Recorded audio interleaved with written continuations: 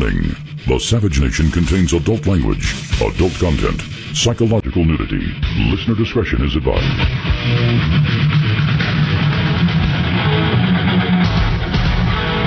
And now, America's most exciting radio talk show, The Savage Nation, home of orders, language, culture. And here he is, winner of the National Radio Hall of Fame Award, Michael Savage. Now, the reason I'm playing Somewhere Over the Rainbow is a number of reasons that I'm playing Somewhere Over the Rainbow by Judy Garland. A couple of reasons which will fit together if you bear with me. I mean, anybody can play the debate and scream about Cain did this, and the Democrats do that, and the liberals do that, and I'll do my share of it, believe me. But boring with a capital G. The fact of the matter is, was Cain on something other than snideness? Because this guy was sitting there like a kid. He looked like a child to me, who kept looking for the teacher's approval. Every time he made a statement, his eyebrows went up like the eager beaver, like, how'd I do? He kept looking to the hapless moderator woman, whoever she was. She tried her best. She was out of her league. But nevertheless, let's put her aside. So he was like a kid on some kind of meds.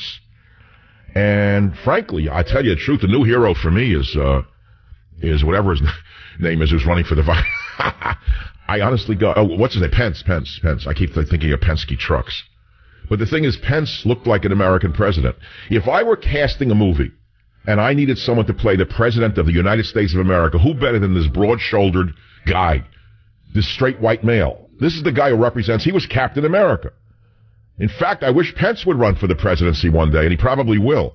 This definitely a star is born, let me tell you that right now. Pence is definitely the front runner for whatever year Hillary decides to leave office, let's say the year 3000.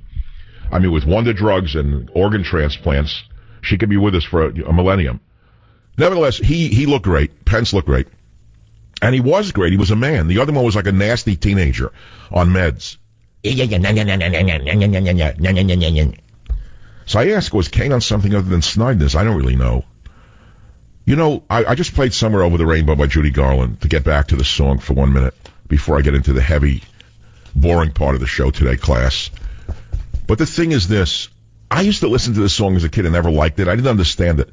My hard parents and their hard immigrant friends would often cry while listening to her. And I am talking about men who own bars on the Upper East Side of Manhattan, who were as tough as nails, street fighters, would walk away, and I didn't understand why they were moved by her. I didn't know why Judy Garland struck a chord with Somewhere Over the Rainbow. And the point was, she was singing about a world it couldn't be. She was singing about a world it never was. She was singing about a world she can only dream of somewhere over the rainbow. And these people who worked so hard could never have the world they dreamed of. And in many ways, neither can we. We watch the debate. We know we can't have the world we want. We know the world that we think existed didn't even exist. We want to go back. We hearken back to an imaginary world that never existed. We keep hearkening to the founding fathers, and we think that they had an ideal world, which they didn't. We idolize them. We revere them, and rightly so to a certain extent, but they were not supermen. They were pretty smart for their time. Still are, have a lot to teach us, but to put them on a pedestal and keep hearkening back is absurd when we're living in a different world. Yes, I know that there are certain things that are immutable. Certain truths are immutable. I get that. I read the Bible. So you want to start hearkening back to that? Let's go back to the Bible. Then who are you going to stop killing once the guillotine starts falling with all of the prescriptions of the Bible, right? What world can we ever be dragged back into that's ever going to be again? So Garland was an actress in the 40s, great singer. And we learned years later that she was constantly prescribed amphetamines to stay awake in order to keep up with the frantic pace of making one film after another. And then she was prescribed barbiturates by the vermin who ran Hollywood before going to bed so that she could sleep. Well, that led to a lifetime of addiction, lifelong struggle. She eventually died of a barbiturate overdose, by the way. All because the movie industry wanted her high and low. Did you know any of this? There was another element of it that I saw while reading about Judy. She was very big in the gay community, by the way. Did you know that as well? Raise your hand if you knew that. Do I have any gay listeners who know that Judy Garland was once popular? Can anyone come out of the closet and say you're gay who loves the Savage Nation? I mean, that would really be coming out of the closet. It's no big deal to come out of the closet now and say you're tranny or gay or whatever. But the big thing is for a gay person to say they're a conservative who loves Michael Savage, right? But you won't do it. But despite her huge success as a movie artist and a recording artist, and concert halls filled around the world. She was filled with self-doubt. She required constant reassurance that she was talented and attractive. Did you know any of that? As do many of our actors today. I don't know who they are, which ones of them are. Oh, God, back to 1982. I have to shut that off. You've Got Mail. Suddenly go back to 1996. So how I came to watch the most insignificant debate imaginable is very important to you, because yesterday on this radio show, I told you I was not going to watch the debate. Well, I wasn't going to watch the debate, but someone in the family was watching the debate, so I got sucked into it. Now, look, I can read all the headlines. I can repeat what everyone's been saying is going to be saying for the next day about the 70 interruptions, about how Kane looks like a clown, which I've said for 3 weeks. I remember I was the first one who said he looked like Freddy Krueger from Nightmare on Elm Street. What's interesting, though, is last night the Leprechaun, in waiting for the debate to begin, noted that he looked like a clown from Nightmare on Elm Street. Thanks, Bill. Appreciate that very much. I'm glad to hear the Leprechaun listens to my show. Nice to hear I have friends in high places. Thank you very much, Bill. I appreciate that. But last night, you know what's interesting? He didn't look like Freddy Krueger from Nightmare on Elm Street. Kane looked like the Joker from Batman. And what's interesting is, I made that note. I wake up and I see that Trump tweeted that in the middle of the night again. Now, either he's got a listening device in my brain or he and I think alike. I think it's the latter rather than the former. But let's put aside the comic element of last night's vice presidential debate, and now let's look at Kane's actual leftist policies. You see, Kane is Hillary's left hand. Now, if you think Hillary is too far left for the survival of American traditional values, even America itself, by her policies that she says she's going to enact, for example, she wants to bring in 550% more Muslims, when ISIS just put out a memo today telling all Muslims around the world, did you see this one? It was up on the Drudge Report. It's just beyond belief to wake up to this morning, while the clown was up there telling us that we have no right to ban Muslims. ISIS calls for random knife attacks in alleys, forests, beaches, and quiet neighborhoods, to go into schoolyards and stab children. Are you listening to what we're dealing with? And this maniac, this stupid idiot, moron, this demagogue, gets up there and says, how dare you say you want to ban Muslims? Hillary wants to bring in 550% more Muslims, when ISIS just put out a memo telling Muslims around the world to use knives to attack people anywhere, in the streets, in the supermarkets, in the alleys, in a schoolroom, on schoolyards. So if you want to bring in more potential jihadis, then go ahead and vote for the pantsuit and for Freddy Krueger. But God forbid you should get stabbed or cut to death, or your daughter is found dead in a schoolyard, and you have to go look at her body in a morgue years from now. Don't tell me I didn't try to warn you. So now let's look at Hillary's left hand, Tim Kaine's actual record, which we're going to do today. That's right, we're going to do that.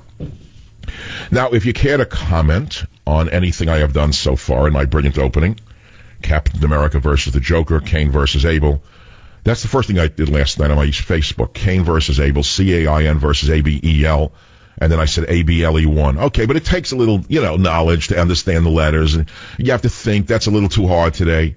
I was right. Somewhere over the rainbow. Sometimes I dream about that myself.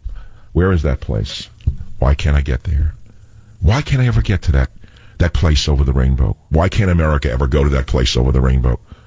Are we just dreamers? Are we fools to think that we can ever have America back again after this lunatic who might bring us into World War III?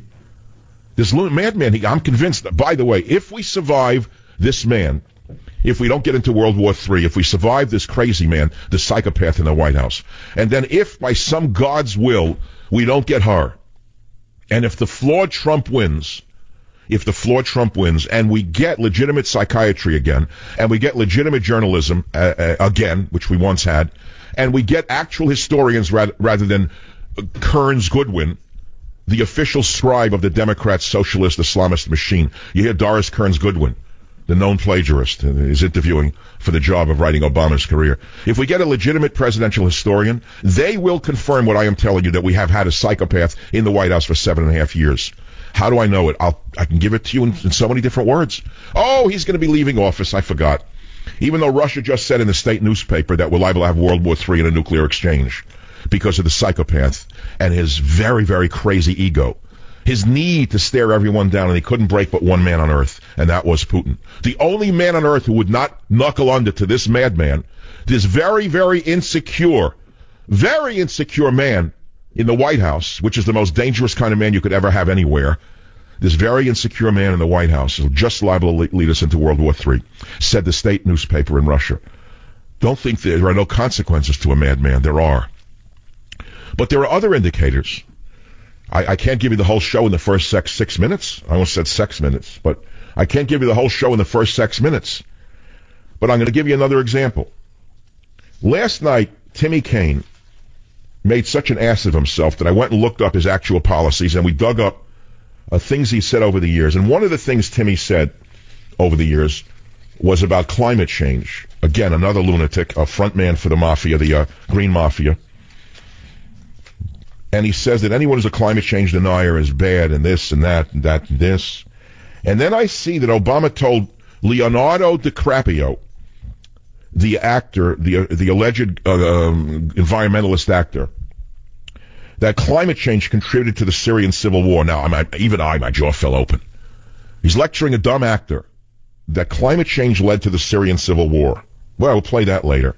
I said, we've hit a new low here. Climate change, the civil war now in Syria. Well, first of all, there's proof that no sea level rise has occurred at all. You see, the Earth's oceans have been steadily rising since the end of the last ice age, Barry. I know you didn't study that when you're blowing dope at Columbia. But if you took even one science course, Barry, I know you're president, but you don't know jack about science, nothing. What do you have as stooges? You tell them what to say and they give you the results you want, just as Lysenko did for Stalin, you schmuck. You think I don't study history? All the scientists in Soviet Union, the Lysenkos perverted genetics in order to prove that Stalin's agricultural plan was correct when it was causing starvation. It's the same thing with this madman in the White House. The Earth's oceans, Barry, if you had studied science at all, have been steadily rising since the end of the last ice age. Now, in the beginning, the rise was very, very quick. Several hundred feet of sea level rise in just a few hundred years, Barry. But over the last many thousands of years, Barry, long before you came along, the rise has only been about 3 millimeters per year, Barry. I know that's hard for you to understand. 3 millimeters. I know you didn't study the metric system at Occidental College. Well, maybe you did with those scales that you needed to weigh the dope. But the British and U.S. navies began doing accurate recordings at major ports all over the world about 120 years ago, Barry. And by the way, the sea level rise has been quite consistent. 3 millimeters per year. Now, starting in the early 1970s, Barry, satellite measurements were brought into the world of science. And yes, satellite measurements prove that it's still the ever-reliable 3 millimeters per year. Did you hear that? So only the climate hoaxers, the Green Mafia, still pushes the lies about computer models that predict that the rise will soon be 6 to 9 millimeters per year. Well, they keep predicting it in order to sell more of their products and to rob more of the public treasuries around the world. But it's not happening, Barry. Year after year, 3 millimeters per year. You know what that means? It means you're full of crap. Join the Savage Nation. Call now, 855-400-SAVAGE, 855-400-7282. Savage. The Savage Nation is sponsored by Swiss America, the only company I trust with my financial future. Call 800-289-2646 or SwissAmerica.com. 2 ups, 2 downs a day. Right now I'm in an up phase. Hope the lunch doesn't arrive before the break. Well, it was terrible yesterday. I told you what would happen. You get 3 savages a day if you're lucky. You get the manicky one in the opening, then you get the middle one in the middle, and then I eat lunch and you go into the low lag.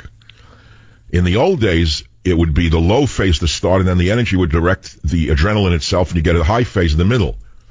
What is that guy talking about? I can't follow him. I listen to talk radio all day long, damn it, I'm a simple man.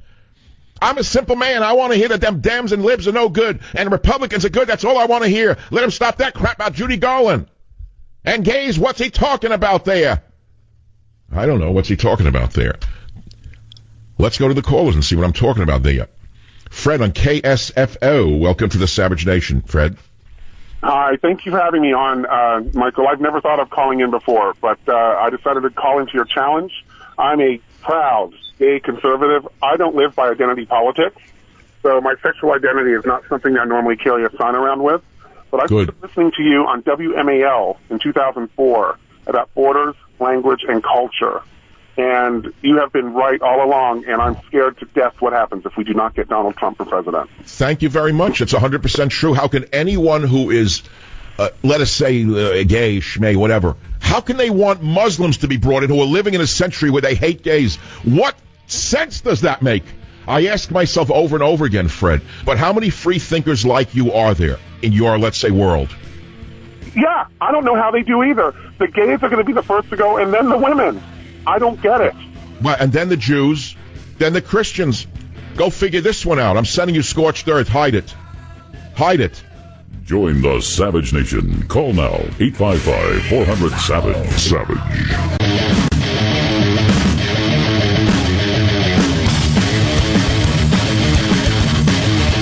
It is Captain America versus the Joker.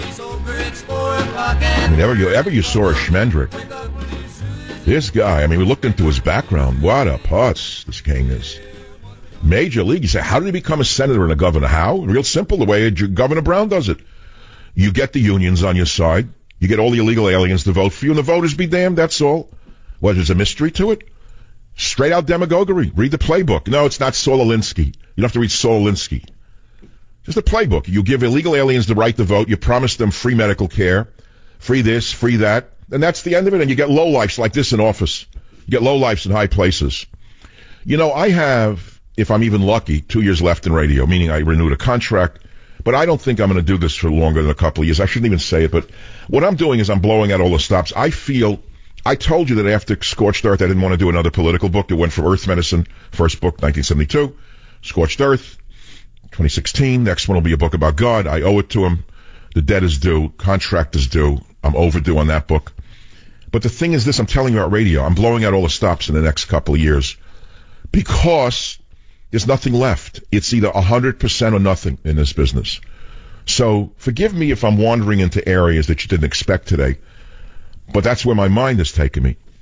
I'm almost giddy having watched last night because I see almost the difference between good and evil. This is almost as clear as one man was good, the other one was a total evil snake, a no-goodnik from the get-go, a liar through and through, and he goes back a long way. The other one, I told you, if I was casting a movie, Mike Pence, broad-shouldered, good-looking guy, like 5 children, married forever, same woman, goes to church. This is what America should be. Not some weirdo who uses illegal aliens to push his poison pills. So we looked up Kane's background. I've got some really amazing stuff that popped up. Number one, we found an ad way back from when he was running for something where a man comes on the ad. He says that he's against the death penalty, Kane is. And as a result of that, his son was killed. Or his son was killed by a guy who Kane refused to have executed. No one in radio got this for you, because I do, because I spent all morning on it. Clip 3, Kane attack ad. You're not going to believe Kane on the death penalty. Listen. Tim Kaine voluntarily represented the person who murdered my son. And he stood with murders in trying to get him off death row. No matter how heinous the crime, he doesn't believe that death is a punishment. Tim Kaine says that Adolf Hitler doesn't qualify for the death penalty. This was the worst mass murder in modern times. Being as liberal as he is in the death penalty, he's not representing everybody in the state. I don't trust Tim Kaine when it comes to the death penalty. And I say that as a father who's had a son murdered. And the people of Virginia are entitled to know just what Tim Kaine is and what he stands for. All right, so you heard it first on the Savage Nation. It'll be replayed across the radio spectrum by the next 3 days. Because it's obscure, but we found it. The guy who did it, I don't know if he was really the father. He sounds like one of my people.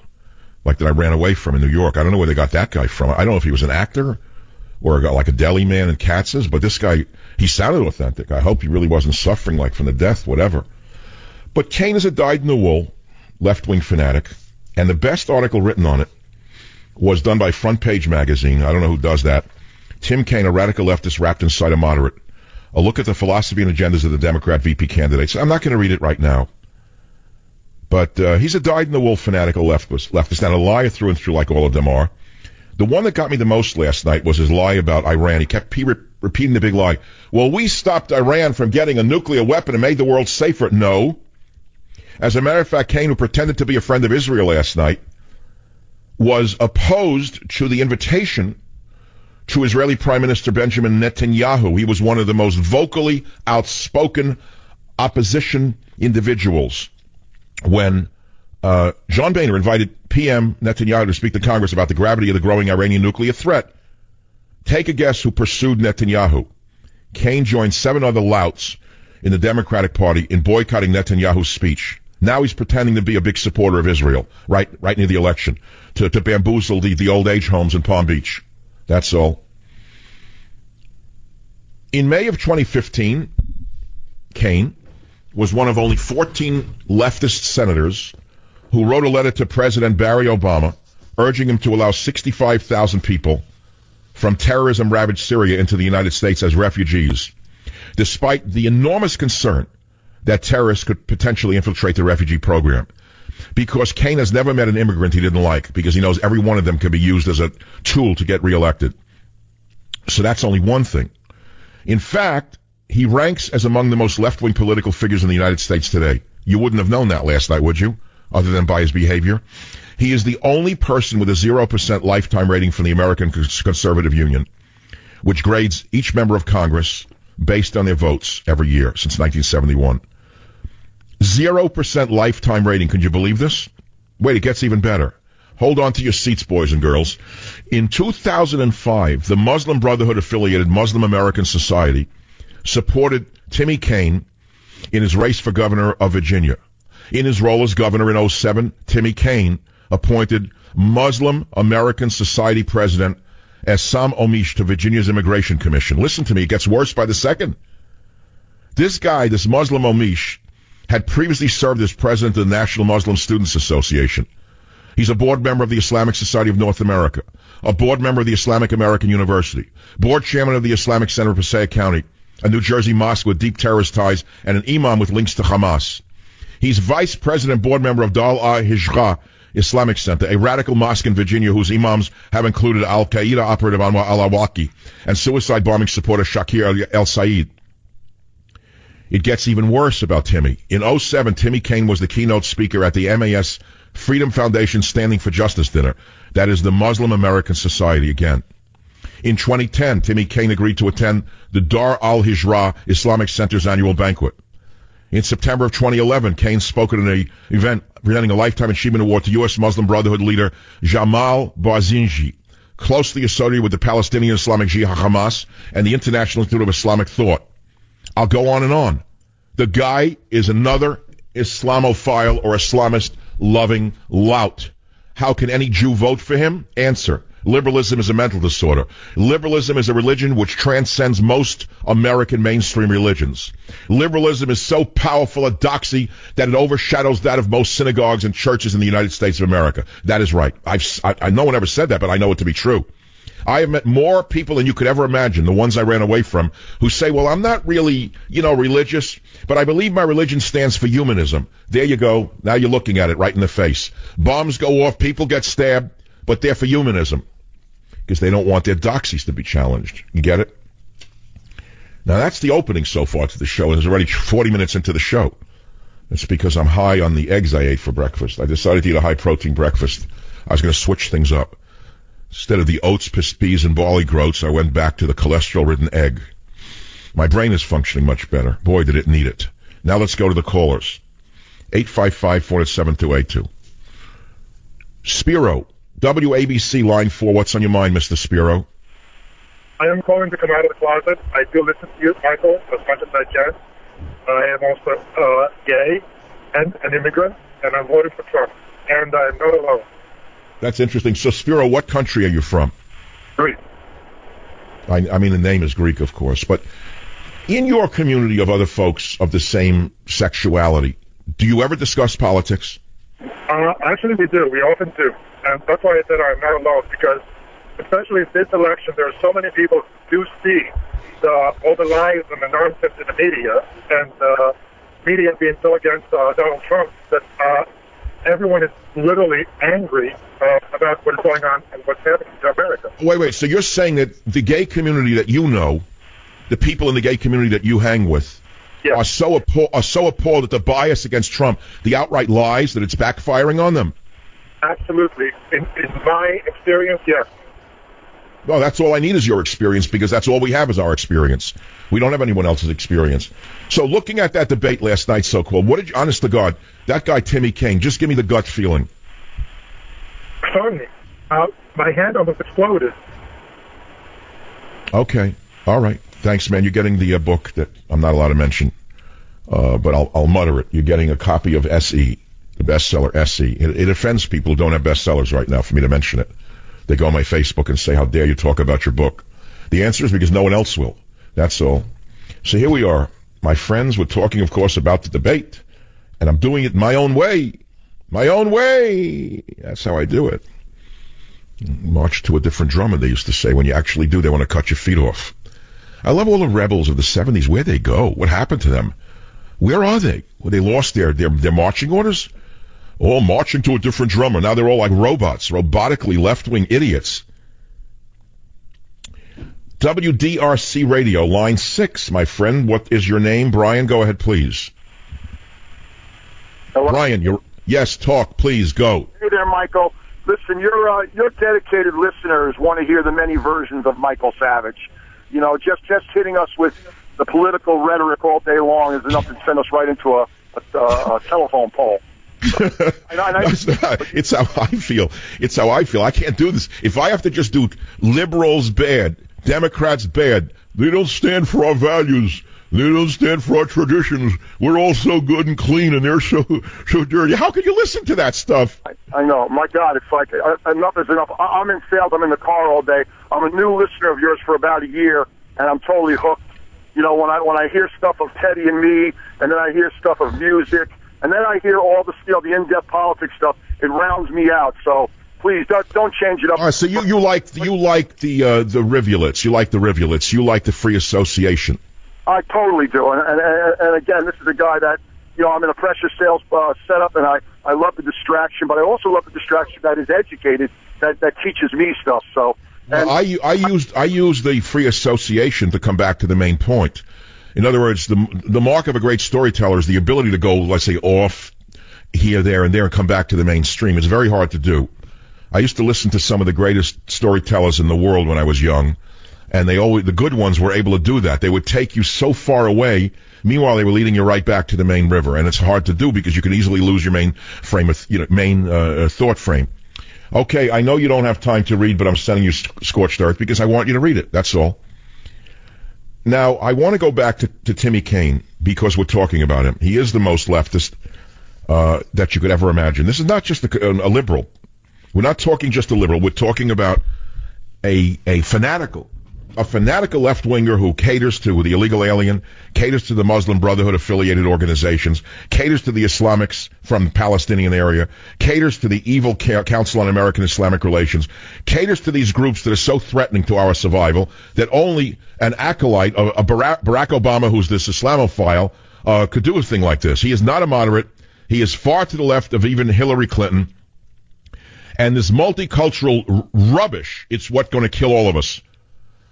He is for everything that you can imagine, and then some. But I don't want to go into all of the cultural war issues.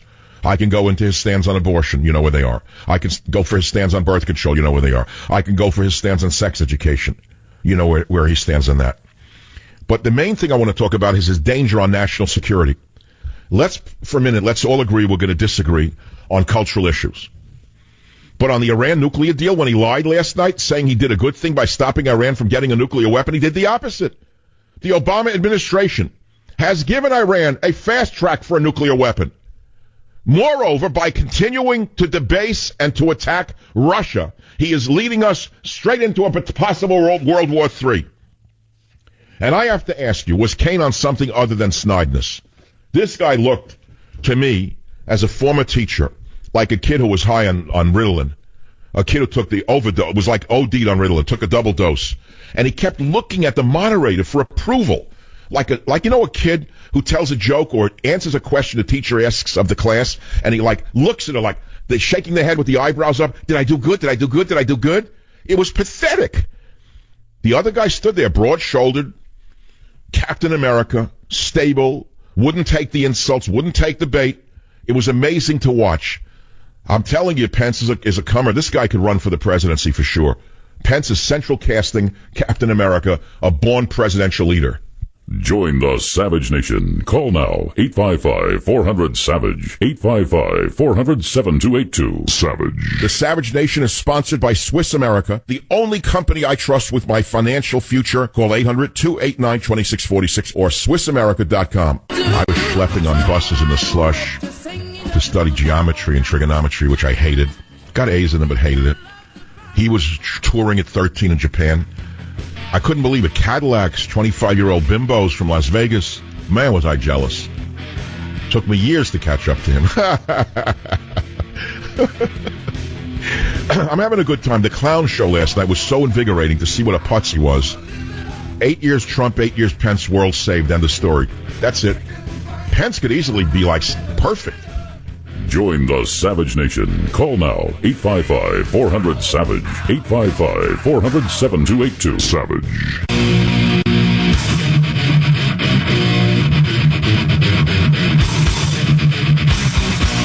Warning. The Savage Nation contains adult language, adult content, psychological nudity. Listener discretion is advised.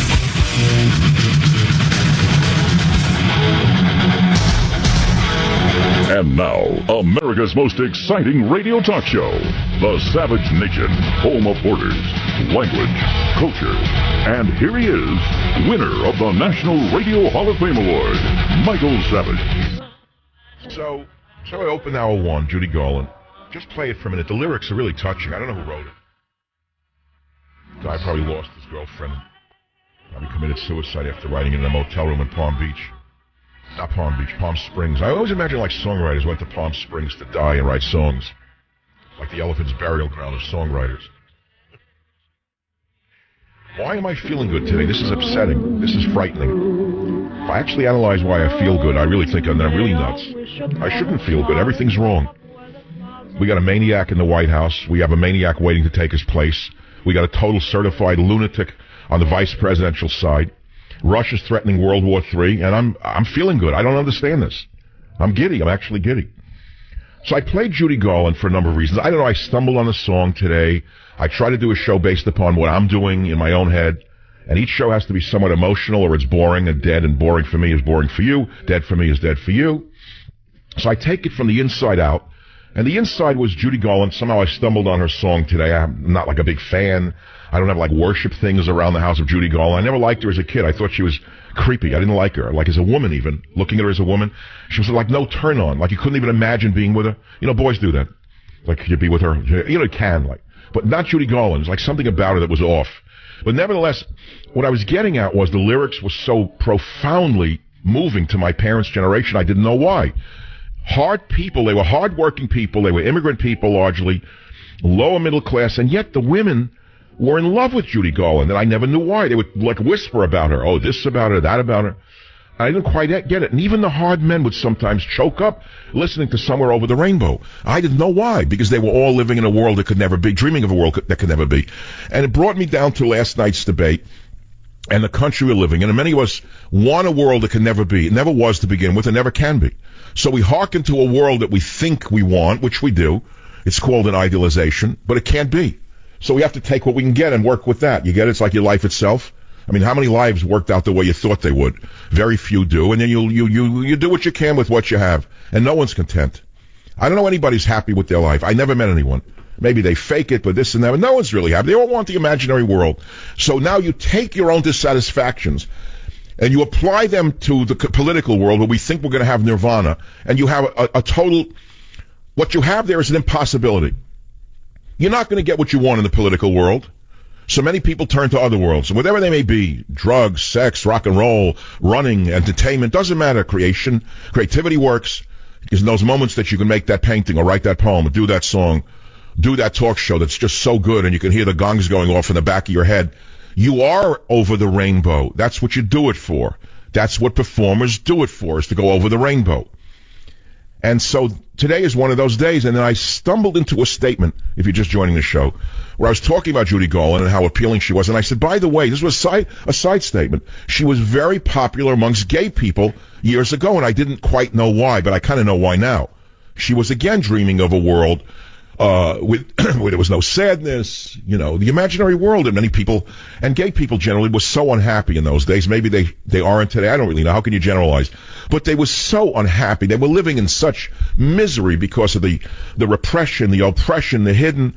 I guess that's what touched the community. I didn't know. So I went to the next statement. I'm just reviewing now. This is the review session. And I said, if there are any gays who want to come out of the closet today politically, please call the show. I've never seen a response like this in years. It's as though the pinball machine was tilted and it's all red. Every line has been lit by people who are dying to come out of the closet. And a lot of gay people who want to finally come out of the closet, because it's the hardest closet to come out of if you're gay. It's really easy today to come out as a gay. I mean, it's no big deal. You hear, oh, you're gay, this, gay. You're used to it already. Then the next thing was always a tranny, big deal, like I care. Okay, enjoy yourself. Gay Gesinte, hey, go buy a pair of Manalos and get back to me. See if you're happy after you break your ankle. I mean, who cares what a person does? I've said I'm a sexual libertarian now for about 12, 15 years, right? So now what we have to do is speak to people in communities like that, if we're not in that community, and say, can you come out of the closet as a conservative or as a Republican? Is it possible? And we got callers like you cannot believe. And that's why I'm happy. That's why I've gone over the rainbow, because I feel I've opened up a whole new door to this show. I feel like the song by the Doors, Break Through to the Other Side. Could you play the Doors sometime today, Robert? Poor Robert has to go with the flow. He has to find a song. He has to download it. He has to put it in. He has to play it. And I'm demanding it that second because my mind just travels. So let's go to some of the callers. These are such good callers that I'm so happy to be doing radio. Line number 4, Sheldon in my hometown of San Francisco. Welcome to the program, Sheldon. What's on your mind? Savage, the reason why your voice, the reason why Donald Trump's voice, the reason why Judy Garland's voice resonates is because it's more than entertainment. It's an emotional experience. I mean, I was touched by Judy Garland's voice when I was like 6-year-old little boy. And her voice, I never forgot her voice. And I'm a black American. You'd expect, she's my favorite female singer of all time. And Isn't that amazing? I didn't know her appeal and why it was appealing. So you're saying her appeal was the emotion in her voice, correct? Yeah, it was something about her voice was just so sincere. Just cut through all the BS. Similar to the way your voice touches people. The way Donald Trump, it's an emotional experience. It's not anything you can really explain. I can't, for me to comment on what you just said would be a waste of everyone's time, because when a person says something that's complete, you can't add to it. That's what you can do. So who today, I'll go into another side of what you just said because I'm curious. I got so many callers I want to grab. Sheldon, you live in San Francisco. Are you politically left, right, or center? Well, I changed to Republican because I was so mad about how the Democrats have just ruined everything. That I was a Democrat before, but I switched to Republican. I registered as a Republican. I changed it, and that would be a big thing. I'm trying to talk my mother into changing to Republican. But Sheldon, you're an African-American man. How do we live with what we have in the Bay Area with such 14-carat phonies? How do we live through them? The newspapers don't exist. There's no opposition whatsoever. The stooges in the news business are an embarrassment to the word news. What do we do? Where do we turn? I guess all we have is a little bit of talk radio and a little internet. That's all that's left. You have to just be not afraid to speak up. And people that are deceived by all this media now is really scary. But you can't let that stop you from speaking the truth. Just have to. No, believe me. Hey, let me tell you, Sheldon. It's not that I'm afraid to speak the truth, but I look over my shoulder. And let me tell you something else. I've been looking over my shoulder since I began to talk radio. It's gotten a lot more looking over more shoulders lately, especially after I saw the movie Snowden. So let's leave it at that. I'm sending you scorched earth. It'll be in a plain brown wrapper so it doesn't offend your mother. The phone number is 855-407-282. Let's go to the next caller. Val, again, San Francisco, KSFO, my hometown. Val, what's on your mind? Well, thank you, Dr. Savage. Thank you for giving us a voice, because we are out here. I've been conservative. I've been in the gay community for about 18 years. I've been registered Republican since I was able to vote. I don't know why I have been, but to me it's just common sense. But I have to be quiet about my political views amongst my community, and it's tough. So why are they so militantly anti-Trump and so militantly anti-Republican? Do they not understand the actual issues? How did Trump get a reputation as being homophobic when he has never done anything negative about gays in his entire life? The opposite happens to be true in his business world. I don't understand that. He's a social liberal. He always has been. Why does the gay community hate him so much? Did they just buy the poison pill that the Democrats put out? I think absolutely. I think they don't know what to do with Trump because he is different than the labels that they put on Republicans for forever. And I don't think they want to think outside of the box. You know, my greatest accomplishment is converting my partner, who's been a lifelong Democrat, and all I did was say, do some research. And now she's done research, and she's a little more conservative than I am. And it's just been... Watch out, you might have to leave her for a liberal. No, I'm grateful that I finally have someone that sees things, you know, really common sense. And that okay, but in Val, you're a gay woman in San Francisco. You have to hide your politics. Don't you feel that there's an oppressive air in your community and in the Bay Area in general, an oppressive air that you have to pretend that you love everything that the liberals do? Doesn't it overwhelm you? It absolutely does. I mean, I've gotten criticized more from the gay community than I ever have from the straight community. The straight community is a little confused because they don't understand how I can be conservative and gay, and I have to explain to them I don't compartmentalize that. I don't live by a bunch of labels that I'm supposed to be living by. I happen to have 2 kids. I was a single mom. I'm Hispanic. There's all these labels that the Democrats and liberals want you to live by, and I don't live by them. All right, so you actually are an outlier in your community. You're a rebel. So I don't think there's that many people in your community. I mean, they're all calling the show. The ones that listen to me to begin with are the lines that jammed out with people from that, you know, that side of things sexually who want to suddenly call and say, yes, I'm a conservative and why, which I love because it is a door. It's a door into a whole other world for most listeners to radio who never hear this. So I'm going to give you something for your girlfriend, but watch out. She's liable again leave you for someone more conservative. I'm sending you Scorched Earth, Restoring the Country after Obama because I think if you give it to her, that's it. She'll become more conservative than you. Be careful. Unless you already read Government Zero, the other book, who knows what. Now, let's go to a few more calls before we go back to Cain versus Abel, before we talk about Captain America versus the Joker on the Savage Nation. I don't know who to take. I just don't know who to take. So many great callers. Guys, pick one for me. I don't want to talk about Judy Garland, per se. I want to move across the country. Robert, WABC in New York. Go ahead, please. What's on your mind?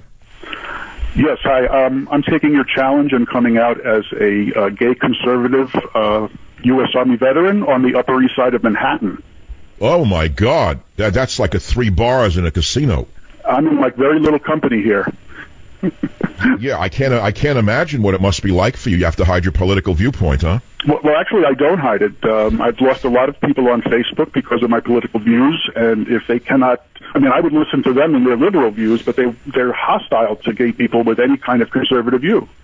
You know, a guy went into a bar here in San Francisco the other day, and he was wearing... 2 guys, they were wearing a Make America Great Again cap, and the lesbian bartender threw them out of the bar. She said, you got to get out of here. Now, of course, it's a violation of their civil rights. They said, wait a minute, we didn't do anything. She said, I don't care, get out of here. So the bouncers came over and they said, frankly, we're also for Trump, but we can't say it.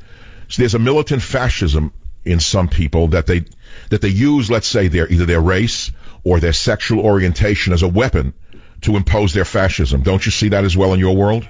Absolutely, absolutely. I actually have a partner of 15 years who is the total opposite of me politically, but we don't kill each other over it, and we actually have some very good discussions. You don't bring your politics home with you. In other words? No, we do. We love talking about it. I'm trying to get it more. Well, maybe that's a healthy thing that America's finally talking, and that even within the gay community, you're seeing conservatives standing up for their beliefs.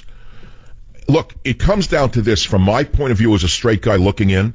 How in the world can anyone who is gay vote for a candidate who says she wants to bring in 550% more individuals from a certain religion, amongst whom there'll be 0.1% who will want to throw you down a well or cut your throat? Why would you do that? Right. Because they're liberals, and liberalism is a mental disorder. Okay. That's exactly... Well, okay, we're reading from the same playbook. My friend, there goes another copy out of my pocket. There goes another book for free out of my pocket. Scorched Earth goes out to you. Again, the show is flying along. Allegedly, we're talking about Cain versus Abel. But I think that what we're doing on the side is so much more fun that I now have to bring you back to the main river here. And when I come back, I'm going to talk about Obama's crazy statements to Leon DiCaprio about global warming and drought caused the Syrian civil war. And I will compare it to a story from 1933 where an imam blamed yo-yos for causing the drought. Join the Savage Nation. Call now, 855-400-SAVAGE, 855-400-7282. Savage. The Savage Nation is sponsored by Swiss America, the only company I trust with my financial future. Call 800-289-2646 or SwissAmerica.com. Like a blow-up job. I mean, the guy went from stunning, handsome movie star idol to like, whatever. It looked like Marlon Brando in his last years. A bloat job. A great actor, though. So I have very little time, but I have to make an admission. It's a tragic admission to make. I told you that my mood changes when I eat, and unfortunately I just had a snack during the break. The lunch arrived. I thought I ordered Japanese to be on the light side because yesterday I almost died from 2 Chinese meals during a break. And my mood went into the trash can from eating too much because the blood goes into the labanza. It goes from the brain down into the stomach. So unfortunately I forgot I ordered Italian food for lunch. So I just threw the bread away. All right, I threw the bread away. I'm eating the calamari part of the sandwich. And thank God they didn't send the French fries. It's only steamed vegetable, like hospital food. So I may be able to sustain it for another hour and a half. We'll have to wait and see. But we are talking about Cain versus Abel, Captain America versus the Joker. And, of course, Abel won. The whole world knows that.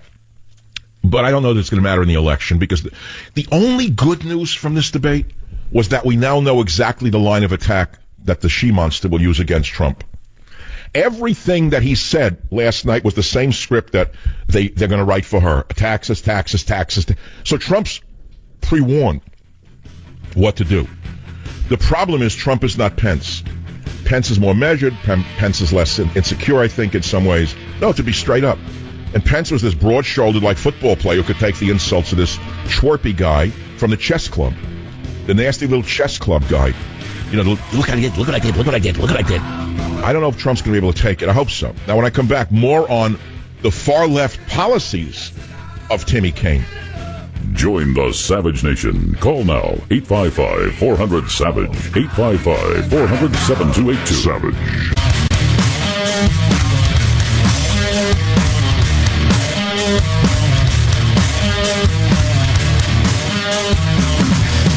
Oh! So, now I got to go back to the politics. Play this instead for a few minutes. Let the calamari digest. Oh, I got to digest the calamari. Hey, wait a minute. I don't want the calamari to digest me. All right. So here we are going back to Cain versus Abel. I have not yet read my producer's thoughts on this last night. Strangely enough, they were awake at 9 o'clock. Jim Verde said, I don't want to see anymore. This is the worst thing to happen to the Trump campaign. I can only hope no one was watching. He said Pence gave such a weak performance it will do nothing but damage him. He actually thought Pence failed by being too nice. He said the post-debate analysis claimed Pence won, but again, the media misses the big picture like they did with the Trump phenomenon. People in this election are looking for fighters. Pence was not a fighter. Cain was. People are paying less attention to what is being said and more attention to how it's being said. That's why Trump won the nomination. That's why Cain looked better last night. That's Jim Verde. But he is the older guy in the crowd. Then Robert Borowski is the young guy. He says this debate was nothing short of brutal. One could only hope that no one in America decided to watch, but with the media penetration had, you know that's not the case. Moderator never had any control. At times he wanted to reach to the TV and punch Cain in the face because he wouldn't let Pence answer anything. And on and on. And he said Pence did a terrible job of speaking for the Trump campaign. He took too much of a high road and allowed Cain to beat on him the whole time. That's an interesting one. I don't have Doug's. I'll get to that later. So anyway, look, the summaries were pretty clear in the media. It was all bias all the time. Cain and Pence trade punches on policy. Cain and Pence defend their running mates. Cain struggles to pin Trump scandals on Pence. Cain suggests that Trump is a fool or maniac on nuclear weapons. Cain to Pence, you are Donald Trump's apprentice. Pence said Trump's used the tax code the way it was designed to be used. And on, you know, we've seen it all, and today it's enough. So we'll do it in our own way. And one of the things I want to do now is I got to get to that thing with the yo-yo that I found. It's last night, the left-wing Cain alluded, you know, he was a dyed-in-the-wool liberal, like on every issue. More Muslims, more immigrants, said he was opposed to it, is a bigot. We heard it all before. Just go to any college today, you can get the same beat-up lecture. Stupid, makes no sense. So we found a Cain speech on climate change deniers from 2014 that is worth playing in clip 17 now on the Savage Nation. Now, we have naysayers, and there are two kinds of naysayers. There are science deniers and leadership deniers, and I want to talk for a minute about both. The first are a group of people who, despite the overwhelming scientific consensus, say that, oh, no, there's no scientific evidence that humans affect climate change. Liar. Or that there's even any change in the climate going on at all. Liar. Despite this overwhelming scientific We don't say that, consensus, the senator liar. from Vermont mentioned some quotes from members in this body who deny that science exists. To science deniers, I am happy to say that Virginians are pro-science. That's absurd. That's stupid.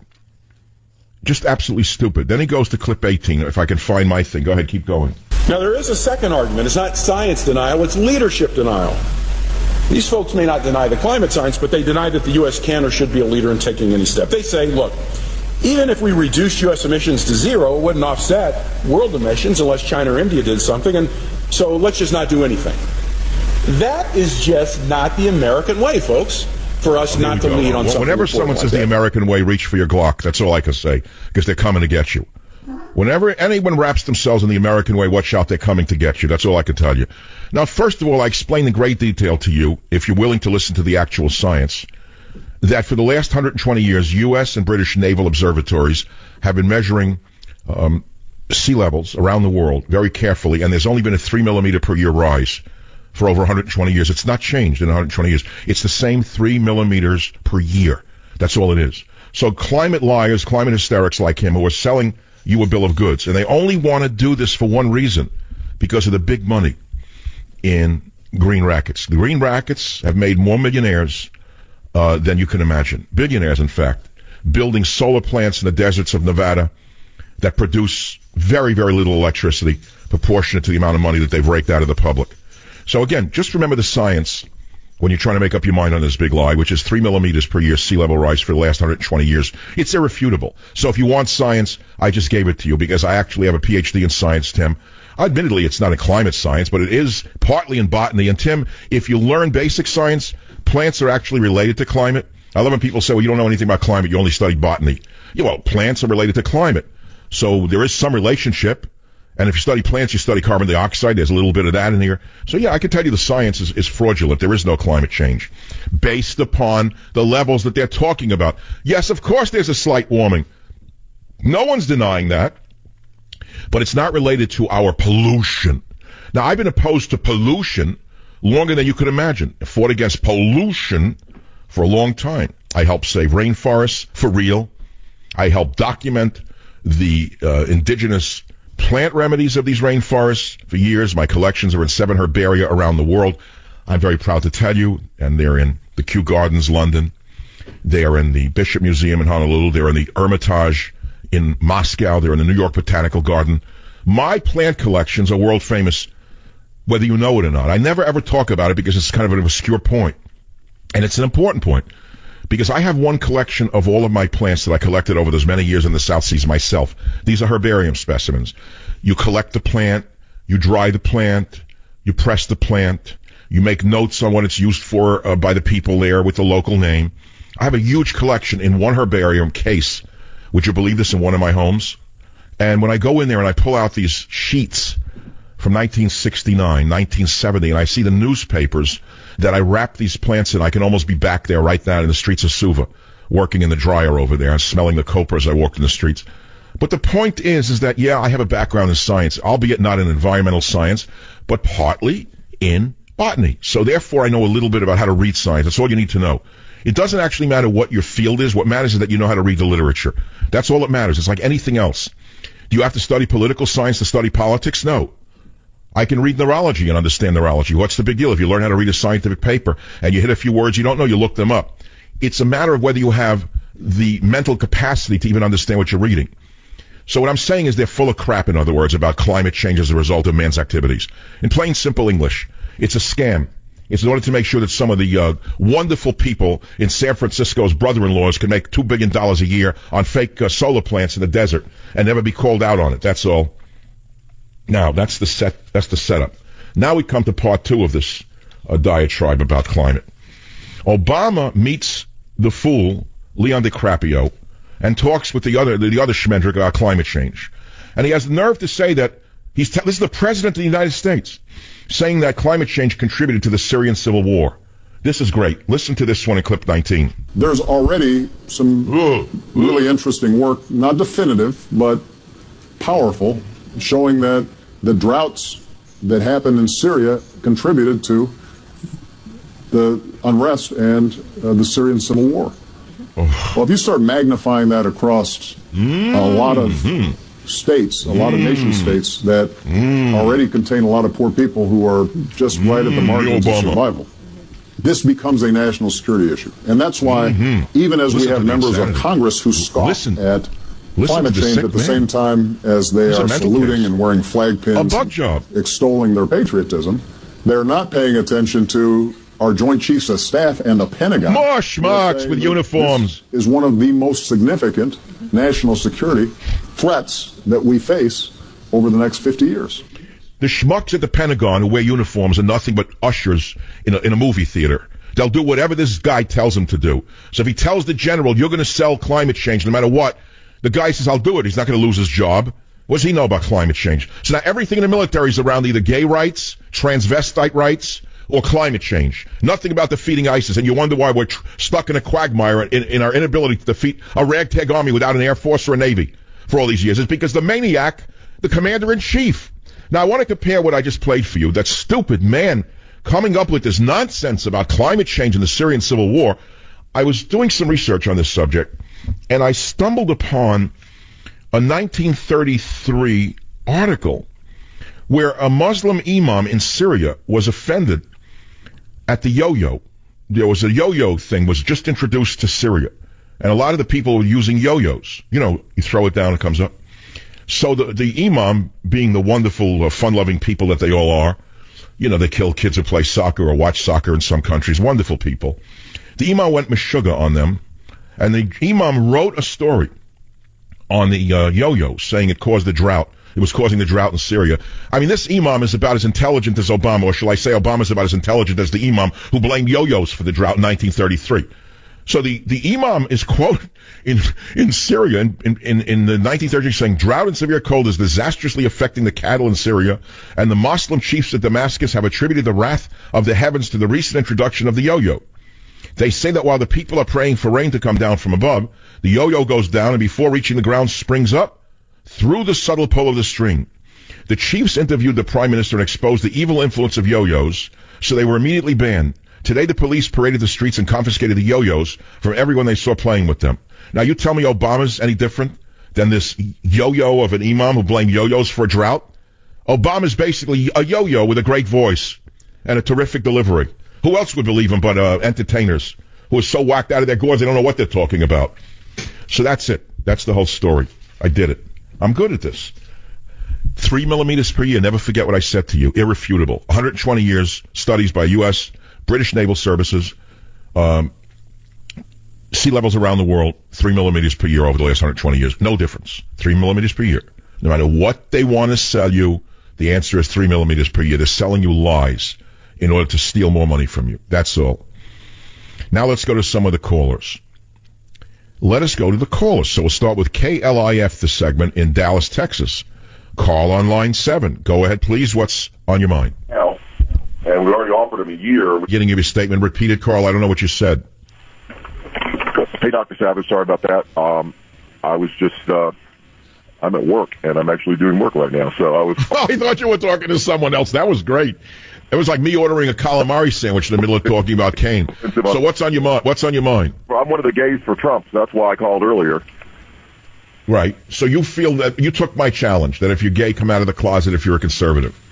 Yeah, I've been out of the closet as a conservative my whole life, so it's not really. Well, okay, so let me ask you something.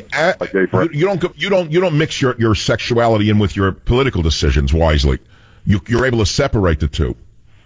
Right. If there was someone who was saying something hateful about gays, I can make political decisions about them, but that's not. I'm not running. I'm not identifying. So why does the gay community continue to smear Trump as a homophobe? Where did that come from? Who started that lie? It's all these left-wing gay websites that get all their news from queerkey.com or these places. I don't even click on the articles because I know they're bull. And they'll say, oh, Trump hung out with this one person at this one thing, and that one politician was one time linked to, they did that to me for 20 years. I had that for 20 straight years. They would smear me until eventually the intelligent members of your community actually started to listen to me, and then they fell in love with my show because they know it's the most creative show in the history of talk radio. Carl, I'm going to send you Scorched Earth in a plain brown wrapper so you don't lose your job, and I'll be right back to take your calls and give you all the latest on whatever I want on the Savage Nation. Join the Savage Nation. Call now, 855-400-SAVAGE, 855-400-7282. Savage. The Savage Nation is sponsored by Swiss America, the only company I trust with my financial future. Call 800-289-2646 or SwissAmerica.com. In the waning moments of this hour, I've got to give you two shocking stories related to last night's debates. Random knife attacks called for against the United States by ISIS, and you want more immigrants from Muslim countries? A new magazine issued by the Islamic State advises lone jihadists to get over any squeamishness about using knives and embrace sharp objects as widely available weapons of jihad in stabbing campaigns. They've told Muslims around the world to target teens playing sports after school, or even to attack flower sellers hawking flowers.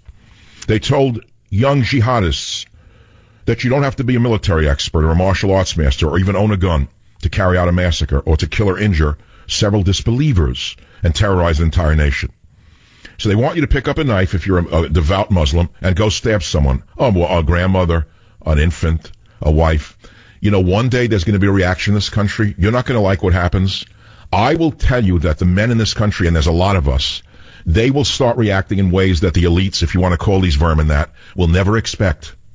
And I'm not looking forward to that day, but if they keep bringing these throwbacks into this nation... Another little story to show you what the goofball in the White House is doing. Russian state newspapers predict direct military conflict with the U.S. as it compares Syria stalemate to Cuban Missile Crisis.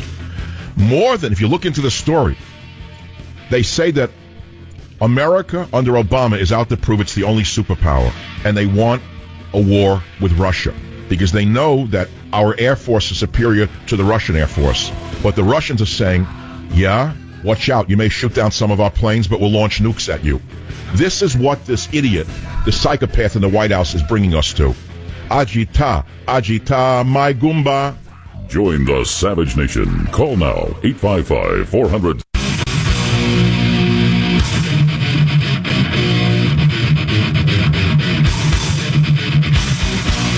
Warning. The Savage Nation contains adult language, adult content, psychological nudity. Listener discretion is advised.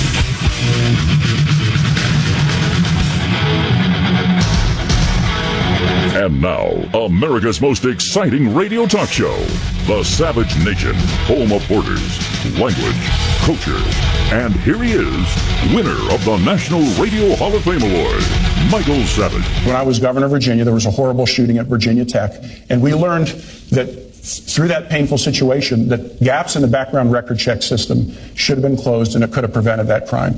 And so we're going to work to do things like close background record checks. And if we do, we won't have the tragedies that we did. So he's the Frito of the Democratic Party. That's where they got him from. Tim Kaine, Frito. So Tim Kaine is so far to the left that he makes Hillary Clinton look like a conservative. Welcome to hour number 3. Tim Kaine took a life-transforming mission to Latin America in 1980. And he became a born-again Sandinista. And my question is he more Karl Marx than Jesus Christ? And I think you will come to the conclusion that it's the former rather than the latter. Because while he was in Honduras, Timothy Frito Kaine embraced an interpretation of the gospel known as liberation theology, the same exact liberation theology of the Pope, the same liberation theology of Obama, the same liberation theology of the radical left. It's not Jesus-oriented, it's Marx-oriented. It's never been mainstream Catholic thought. It's radical Marxist-based ideology, which for many, many centuries was at odds with the Church, the Pope, of the United States, but supported by the Soviet Union. But now this theology of what I'm talking about, liberation theology, has become mainstream because of the genius in the White House, the yo-yo in the White House. And that's it. So if you want liberation theology as opposed to Christian theology or Catholic theology, you got your man. You got Frito ready to go. All ready-made for you. Full-blown revolutionary he is not. But as an American Jesuit, be very careful. The Jesuits are an extremely radical group and have been for hundreds and hundreds of years. And Jesuits have always stood for revolution. This is not murky, this is the reality. And you now have a deeply implanted Jesuit revolutionary running for the White House as a gussied up, cleaned up vice presidential candidate who's for everything good in the world. Everything good in the world, he's for. Everything bad in the world, he's against. So if you want to go for the clown, go ahead, go for the clown. He is far to the left of even Hillary Clinton. Now, I can play all the sound which we have of him cutting him off and of this and of that. And as I said to you at the beginning, if you just tuned in, I was not going to watch it. I didn't intend to watch it. But a family member was in the house watching it. And so I got drawn into it, and I couldn't believe what I was watching. He's worse than I even thought he was.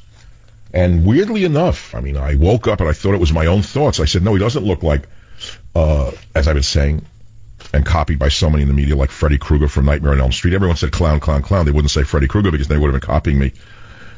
So I said, no, he looks more like the Joker in Batman. And I wake up and I see Trump texted the same thing last night, tweeted it. So Trump and I are on the same, like we think the same way, which is why he's so loved, which is why my ratings are through the ceiling, which is why so much of what I say resonates with him and what he says resonates with me.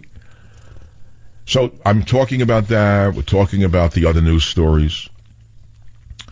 And Bill Clinton, of course, stepped in it yesterday when he put down Obamacare. Then he backtracked, and now he's saying it's good.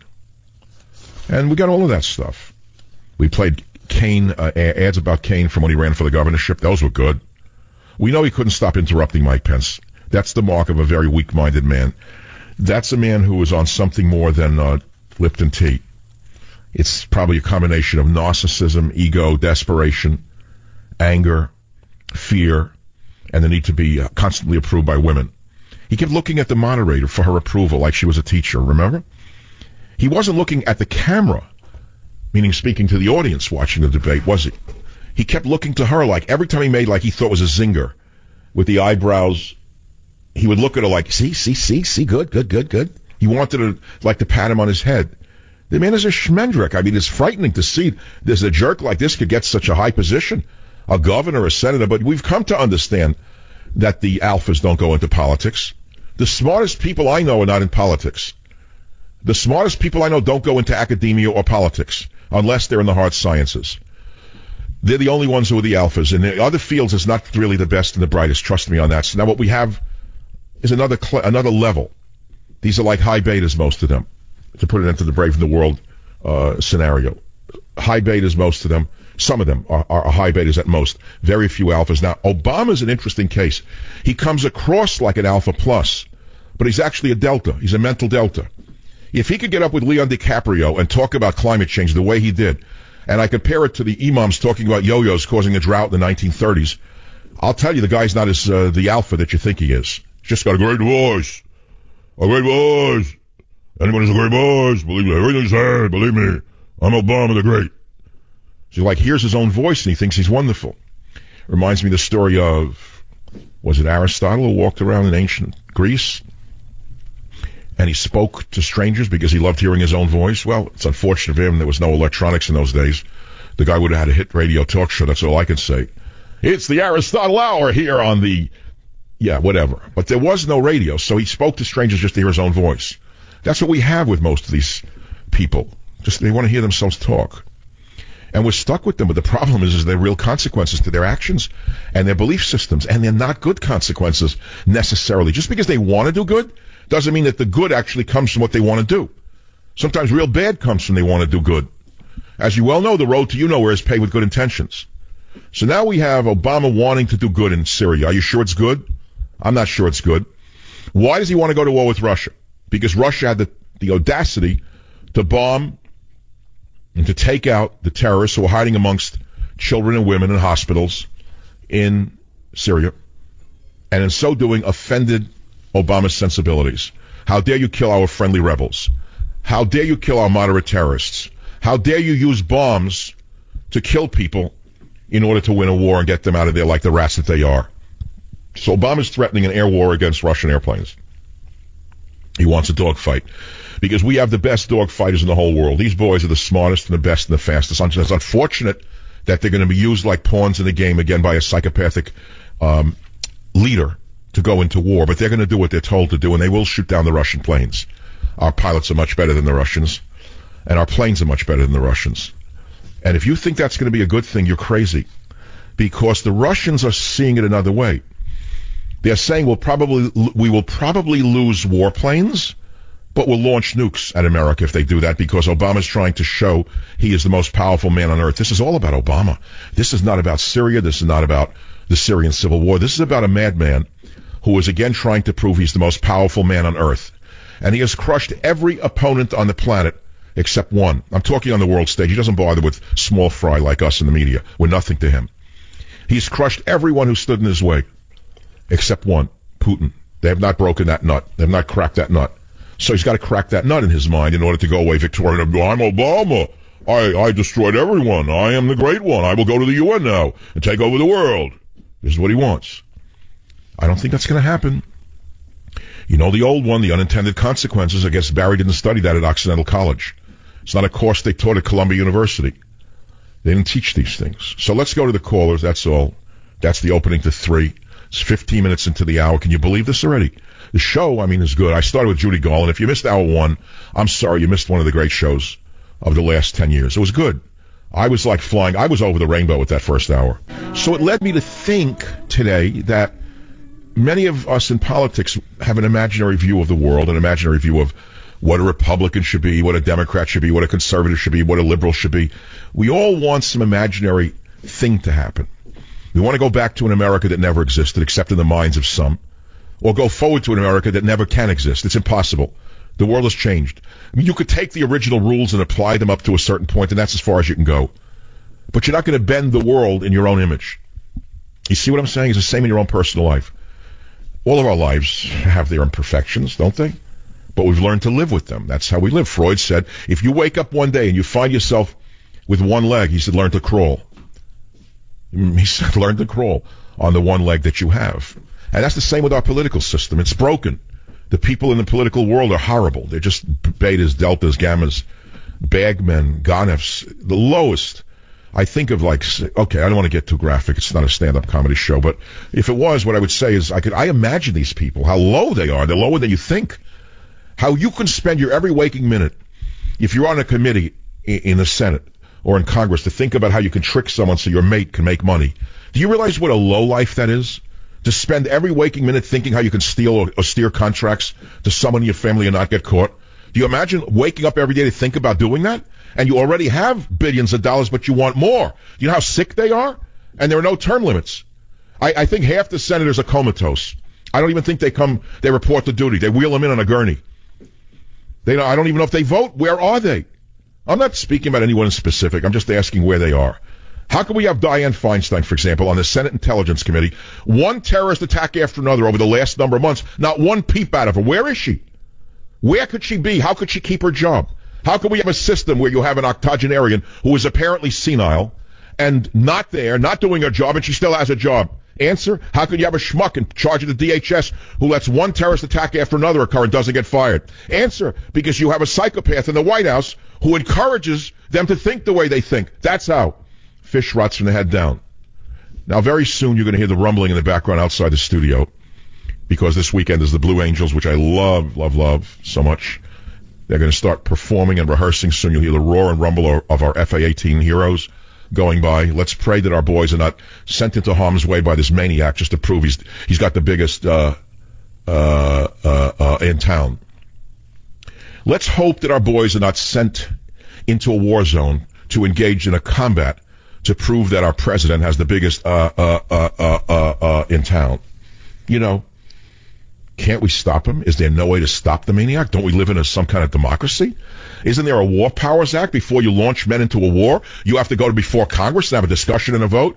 Not me. I'm Obama. This is my Air Force. I do what I want with it. I've gotten everything else I wanted. If I want war against Russia, I'll have war against Russia. See? That's how it works. Isn't it great to have no government? I'll be back. Be here. Join the Savage Nation. Call now, 855-400-SAVAGE, 855-400-7282. Savage. The Savage Nation is sponsored by Swiss America, the only company I trust with my financial future. Call 800-289-2646 or SwissAmerica.com.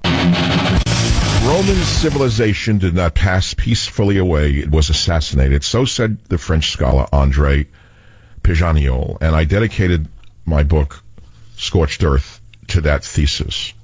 And I try to explain to you that this civilization of ours is being assassinated by the left.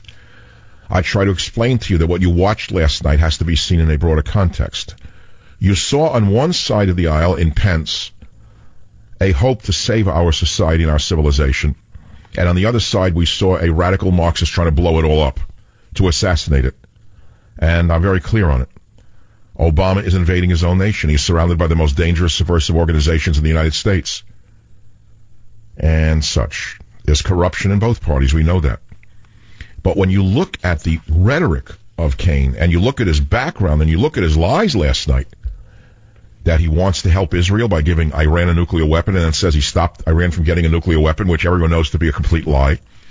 When we look at his history in the Virginia governorship, backed by all of the radical Muslim groups in Virginia, put in power by the radical Muslim groups and by the illegal aliens and the unions, and how he wants to seize your guns under the guise of registering, just a few background checks, this way to the showers. Just please come in here, this way to the showers, just a few background checks. And before you know it, they've annihilated your Second Amendment. And let me tell you something, it's not xenophobic to fear fundamentalist Muslims. It is not xenophobic to fear fundamentalist Muslims. Even though Kaine says, how dare you? You and your boss want to deport Muslims. You want to stop them from coming in. That's a violation of their constitutional rights. Well, let me remind you, ISIS has no constitutional rights, Kaine. To you, any voter with a pulse has a constitutional right except the American taxpayer. Your President Barry Obama has brought in more Muslim nation immigrants than the entire population of Washington, D.C. 680,000 of them. The gates to the United States have been trampled open, especially to people who will trample us if they are not stopped. Their holy book teaches them not to love thy neighbor, but to convert thy neighbor and impose the medieval system of oppression known as Sharia law. Now, I want to remind you, I grew up in a melting pot. I grew up in New York City. I'm an immigrant son. I know what minorities think. This is not the same as my childhood. Not the same at all. There is one religion in the world that wants to conquer all others. And Obama's bringing them in as quickly as he can. It's all on pages 148 to 152 of Scorched Earth. I suggest you read it. And I suggest you give a copy to someone in your family who's an ignoramus. A brainwashed, ignorant fool who is digging their own grave. Join the Savage Nation. Call now, 855-400-SAVAGE, 855-400-7282.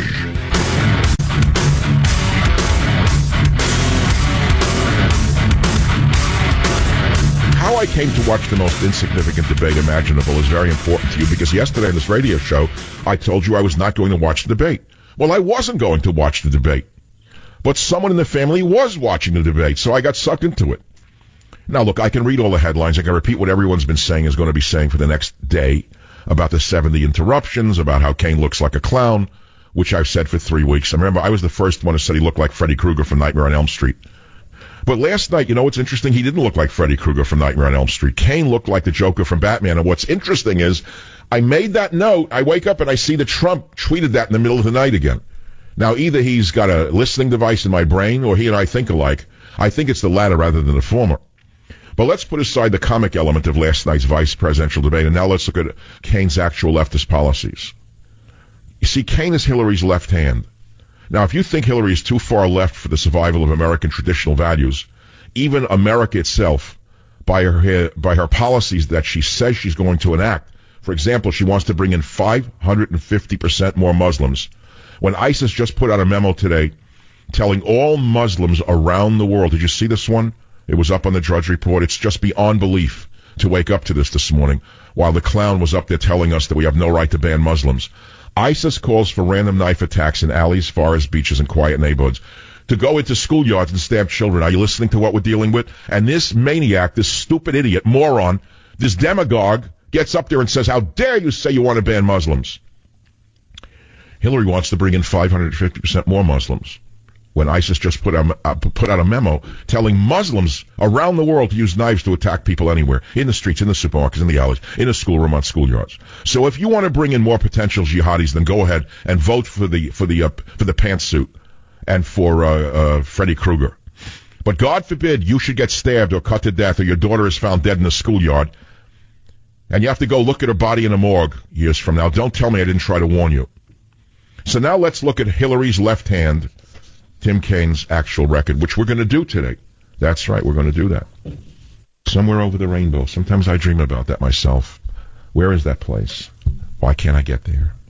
Why can't I ever get to that place over the rainbow? Why can't America ever go to that place over the rainbow?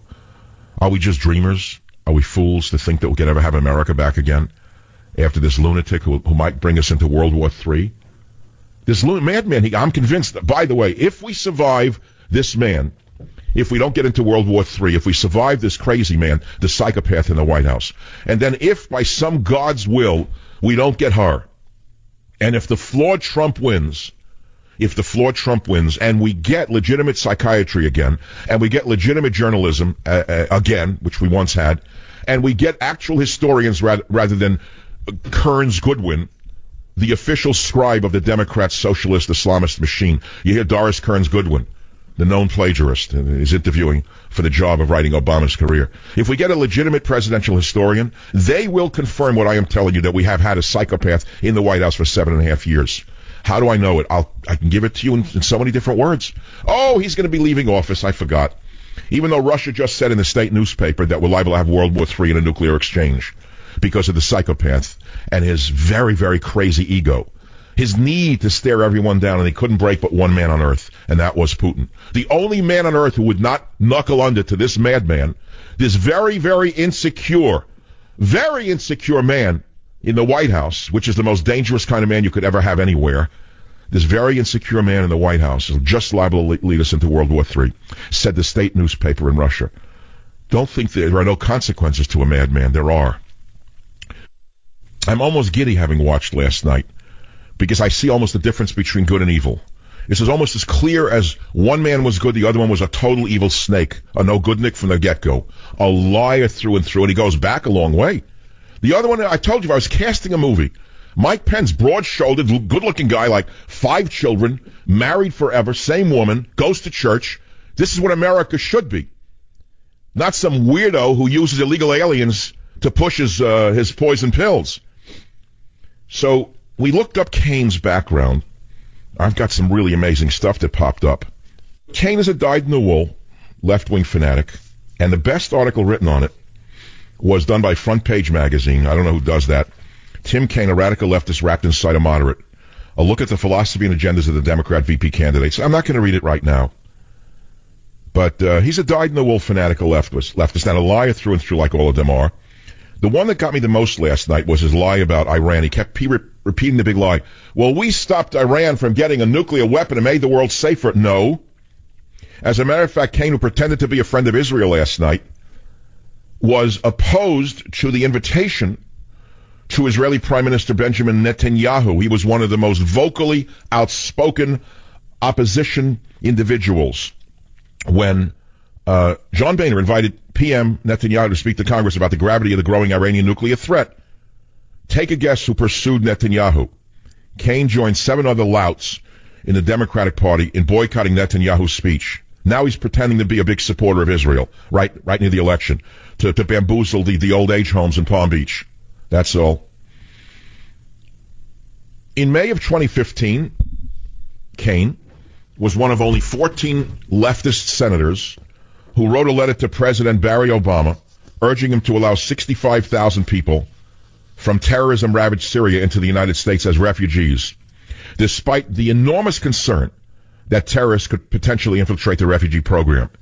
Because Kaine has never met an immigrant he didn't like, because he knows every one of them can be used as a tool to get reelected. So that's only one thing. In fact, he ranks as among the most left-wing political figures in the United States today. You wouldn't have known that last night, would you? Other than by his behavior. He is the only person with a 0% lifetime rating from the American Conservative Union, which grades each member of Congress based on their votes every year since 1971. 0% lifetime rating. Can you believe this? Wait, it gets even better. Hold on to your seats, boys and girls. In 2005, the Muslim Brotherhood-affiliated Muslim American Society supported Timmy Kaine in his race for governor of Virginia. In his role as governor in 2007, Timmy Kaine appointed Muslim American Society President Essam Omish to Virginia's Immigration Commission. Listen to me, it gets worse by the second.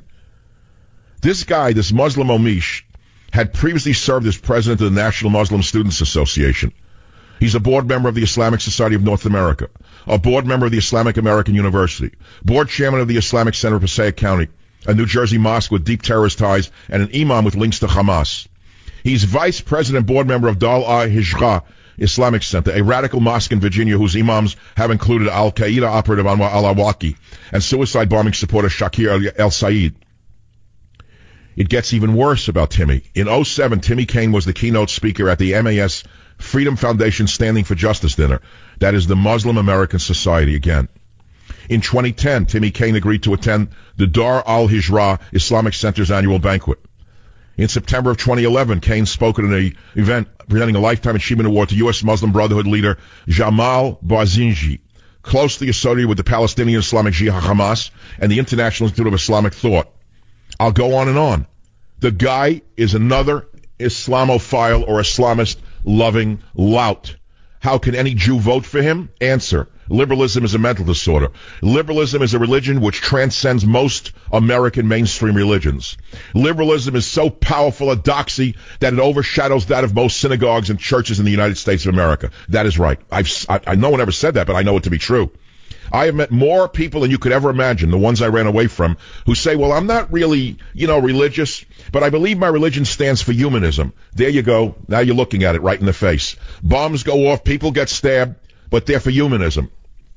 Last night, Timmy Kane made such an ass of himself that I went and looked up his actual policies, and we dug up things he said over the years. And one of the things Timmy said over the years was about climate change. Again, another lunatic, a front man for the mafia, the Green Mafia. And he says that anyone who's a climate change denier is bad and this and that and that and this. And then I see that Obama told Leonardo DiCaprio, the actor, the alleged environmentalist actor, that climate change contributed to the Syrian civil war. Now, my jaw fell open. He's lecturing a dumb actor that climate change led to the Syrian civil war. Well, we'll play that later. I said, we've hit a new low here. Climate change, the civil war now in Syria. But first of all, there's proof that no sea level rise has occurred at all. You see, the Earth's oceans have been steadily rising since the end of the last ice age, Barry. I know you didn't study that when you're blowing dope at Columbia. But if you took even one science course, Barry, I know you're president, but you don't know jack about science, nothing. All you have is stooges. You tell them what to say, and they give you the results you want, just as Lysenko did for Stalin, you schmuck. You think I don't study history? All the scientists in Soviet Union, the Lysenkos perverted genetics in order to prove that Stalin's agricultural plan was correct when it was causing starvation. It's the same thing with this madman in the White House. The Earth's oceans, Barry, if you had studied science at all, have been steadily rising since the end of the last ice age. Now, in the beginning, the rise was very, very quick. Several hundred feet of sea level rise in just a few hundred years, Barry. But over the last many thousands of years, Barry, long before you came along, the rise has only been about 3 millimeters per year, Barry. I know that's hard for you to understand. 3 millimeters. I know you didn't study the metric system at Occidental College. Well, maybe you did with those scales that you needed to weigh the dope. But the British and U.S. navies began doing accurate recordings at major ports all over the world about 120 years ago, Barry. And by the way, the sea level rise has been quite consistent. 3 millimeters per year. Now, starting in the early 1970s, Barry, satellite measurements were brought into the world of science. And yes, satellite measurements prove that it's still the ever-reliable 3 millimeters per year. Did you hear that? So only the climate hoaxers, the Green Mafia, still pushes the lies about computer models that predict that the rise will soon be 6 to 9 millimeters per year. Well, they keep predicting it in order to sell more of their products and to rob more of the public treasuries around the world. But it's not happening, Barry. Year after year, 3 millimeters per year. You know what that means? It means you're full of crap. I'll be right back. Join the Savage Nation. Call now. 855-400-SAVAGE. 855-400-7282. Savage. The Savage Nation is sponsored by Swiss America, the only company I trust with my financial future. Call 800-289-2646 or SwissAmerica.com. Maybe I'll sing my own version of Oh My Papa one night and bring the audience. All right, it's enough already. So I see the storm, Hurricane Matthew. I don't know who it's named for. Matthew Weiner of He's a writer. Hurricane Matthew is barreling up the Caribbean. They're abandoning Florida to South Carolina. Officials are warning that hundreds of thousands of people would have to evacuate. You know, this proves one thing. There's no doubt that this hurricane, even though they've been around for ages, is caused by global warming and by climate change. I'm sure Obama will give that speech sometime in the next 48 hours. This proves beyond a reasonable doubt how we have to get climate change under control. It also proves that there's racism, that God is a racist. There's no question that if God were not racist, there would not be hurricanes amongst the poor people of color in the Caribbean. The hurricanes would be directed at the Ukraine and Russia. That's right. This proves that God himself needs to be re-educated, and all the hurricanes of the world need to be redirected into the Ukraine. And moreover, I've given a directive to the Joint Chiefs of Staff, Bob, come on forward, to spend all of the resources of the military trying to steer that hurricane to the Ukraine. We're living in such crazy times. It takes this to get through it. At one gas station in Mount Pleasant, the line reached about a quarter of a mile down the street. I remember that age of the gas thing. People like filling up tanks in their trunk. Remember those days? Jimmy Carter, the gas tank thing. Who knows? It could hit. I mean, there are hurricanes. They do hit. That's why hurricane windows were invented in Florida, boys and girls. Remember? Before Obama came along, there were hurricanes. Even before Leon DiCaprio was in movies, there were hurricanes. Not caused by his private jet. Near Fort Lauderdale, the Home Depot in Davie. Oh, God, I have to hit the sneeze button. Near Fort Lauderdale, the Home Depot in Davie briefly ran out of propane for gas barbecues. And the supply of batteries was dwindling. People bought plywood to cover windows, tarps to put over outdoor furniture, and coolers for food storage. All right, look, it's real. I'm not down there. I'm not laughing at it. That's what people do. Shutters and windows and this. And usually at the last minute, at the last second, we're all watching it. It's like Y2K. The last second, just when you expect it to barrel in and destroy everything, it somehow goes out to sea. It knocks over a sailboat somewhere in the Caribbean. They show you a picture of the sailboat. And there's Anderson Cooper next to it with the tight dungaree. And here we are outside with the sailboat. Well, my friend, this is definitely a serious storm, according to Obama. Very serious, definitely caused by global warmists. This is the first time we've ever seen a hurricane. And we absolutely have to understand it's a direct result of Republican policies. If there were no deniers of warmists, of warming trends, and of global warming, there would be no hurricanes. They would have ended a long time ago. They would have left our nation. They would have left the earth in shame. They would be plying their horrible trade somewhere else, maybe on Mars. But we have to beat down this love of fossil fuel to stop these hurricanes. Well, it's been fun, ladies and gentlemen of the Savage Nation. Thanks for staying with me. Cain versus Abel, Abel won. Be here or be nowhere.